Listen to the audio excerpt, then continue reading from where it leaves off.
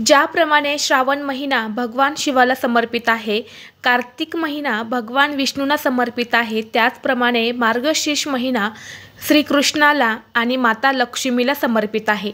मार्गशीर्ष महिन्यात येणाऱ्या प्रत्येक गुरुवारच्या उपवासाला खास महत्त्व आहे। या मार्गशीर्ष महिन्यात भगवान विष्णू आणि माता लक्ष्मी यांची पूजा करणे अत्यंत शुभ मानले जाते। या महिन्यातील प्रत्येक गुरुवारी व्रत केले जाते।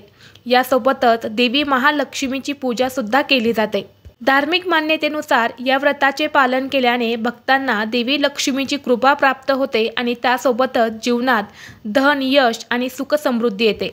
तसेच जीवनातील सर्व समस्या दूर होऊन धनसमृद्धीने आयुष्य सुखी होते। येत्या 5 डिसेंबरला मार्गशीर्ष महिन्यातील पहिला गुरुवार आहे। या दिवशी आपल्याला या झाडाला स्पर्श करायचा आहे। या झाडाला स्पर्श केल्याने कोणताही शत्रू हा घरी येऊन माफी मागेल। 7 पिढ्यांचे दारिद्र्य हे नष्ट होऊन कितीही कठीणातील कठीण इच्छा ही तुमची पूर्ण होईल।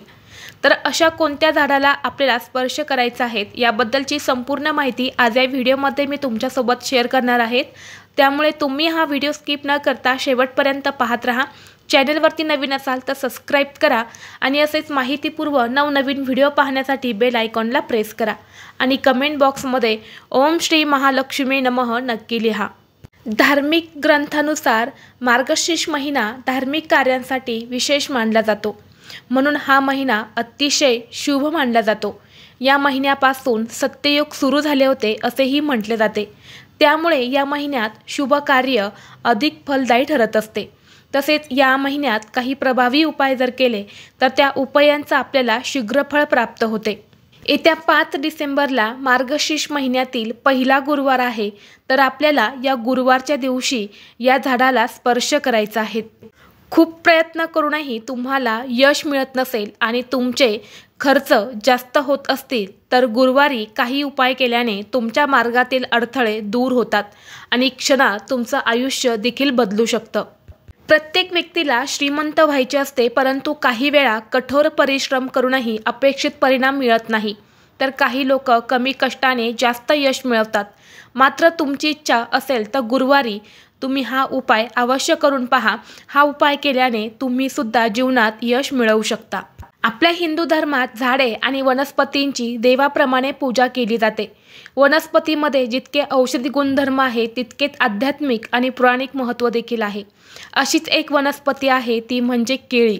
ही हिंदू धर्मात अत्यंत पवित्र आणि पूजनीय मानली जाते। सत्यनारायण व्रत असो किंवा गुरुवारची व्रत पूजा, केळीचे रोप हे पूजेसाठी ठेवले जाते। प्राचीन काळापासूनच या वृक्षाची पूजा केली जाते। हिंदू धर्मग्रंथानुसार केळीच्या झाडामध्ये भगवान विष्णू आणि माता लक्ष्मी वास करतात। या झाडाची पूजा केल्याने भगवान विष्णू आणि माता लक्ष्मी ही आपल्यावरती प्रसन्न होतात। जीवनात सुख, शांती आणि वैभवाची कधीही कमतरता येत नाही असे आपल्या धार्मिक ग्रंथांमध्ये सांगितले आहे। त्याचबरोबर या मार्गशीर्ष महिन्यामध्ये जो पण व्यक्ती या गुरुवारचं व्रत करतो तर त्या व्यक्तीने या झाडाची पूजा अवश्य करावी, कारण या केळीच्या झाडाचा प्रत्येक भाग हिंदू धर्मात पूजेसाठी वापरला जातो। ज्योतिषशास्त्रामध्ये असे सांगितले आहे की जो कोणी मार्गशीर्ष महिन्यामध्ये गुरुवारचं व्रत करून जो व्यक्ती केळीच्या झाडाची पूजा करेल त्या व्यक्तीच्या सर्व इच्छा मनोकामना पूर्ण होतील। आणि म्हणून आपल्याला या गुरुवारच्या दिवशी सकाळी लवकर उठायचं आहे, स्नान करायचे आहेत, स्वच्छ कपडे परिधान करायचे आहेत। शक्य असेल तर तुम्ही पूजा करताना पिवळ्या रंगाचे कपडे हे परिधान करावेत। नसेल तर तुम्ही लाल रंगाचे कपडे परिधान केले तरी सुद्धा चालेल, फक्त आपल्याला काळ्या रंगाचे कपडे हे परिधान करायचे नाहीत। यानंतर आपल्या देवघरातील देवांची पूजा करून घ्यायची आहे। पूजा झाल्यानंतर दिवसभरामध्ये तुम्ही हा उपाय कधीही करू शकता। हा उपाय करण्यासाठी आपल्याला थोडीशी चणा डाळ घ्यायची आहे आणि ती तुम्हाला 2 ते 3 तासासाठी पाण्यामध्ये भिजवून घ्यायची आहे। यानंतर ही चणा डाळ पाण्यामधून काढून तुम्हाला एका वाटीमध्ये घ्यायची आहे। त्यावरती एक गुळाचा खडा ठेवायचा आहे।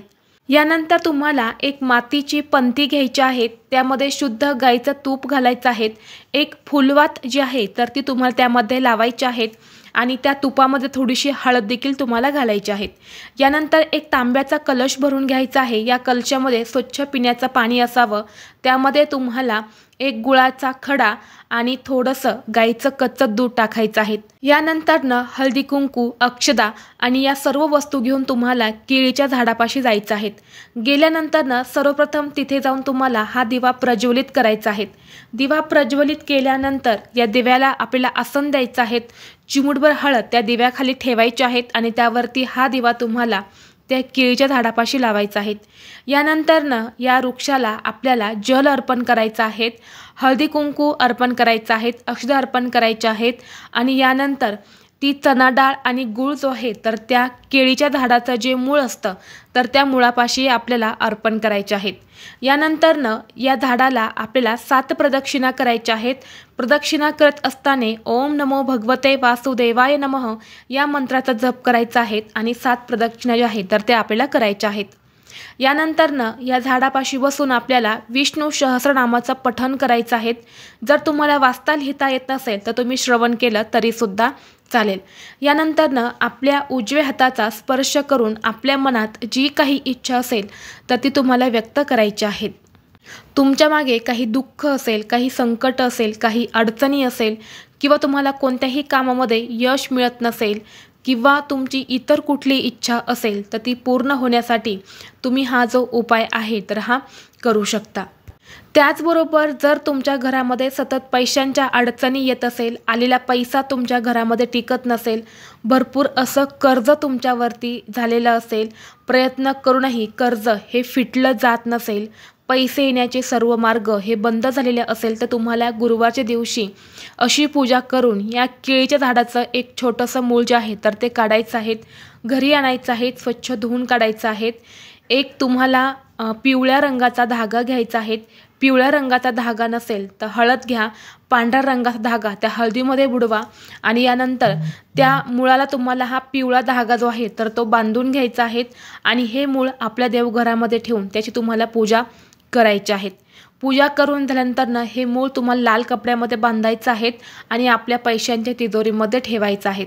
हे तिजोरीमध्ये ठेवल्याने आपल्या घरामध्ये चहूबाजूने पैसा हा येऊ लागतो, लक्ष्मी प्राप्तीचे सर्व मार्ग हे मोकळे होतात। तर लक्ष्मी प्राप्तीसाठी आणि धनप्राप्तीसाठी तुम्ही हा एक उपाय सुद्धा या मार्गशीर्ष महिन्यातील गुरुवारी करू शकता। जर या गुरुवारी तुम्हाला हा उपाय करणं शक्य झाले नाही तर तुम्ही पुढच्या किंवा या 4 गुरुवारमध्ये कधीही हा उपाय करू शकता। तसे आपल्याला या मार्गशीर्ष महिन्यातील प्रत्येक गुरुवारी या केळीच्या झाडाची पूजा अवश्य करायची आहे, जेणेकरून माता लक्ष्मी आणि भगवान विष्णू यांचा आशीर्वाद हा आपल्यावरती कायम राहील। व्हिडिओ तुम्हाला आवडला तर लाईक करा, चॅनलवरती नवीन असाल तर सबस्क्राईब करा आणि हा व्हिडिओ आपल्या मित्रपरिवारासोबत शेअर करा। चला तर मग भेटू असंच पुढल्या एका नवीन व्हिडिओमध्ये। तोपर्यंत सर्वांना श्री स्वामी समर्थ।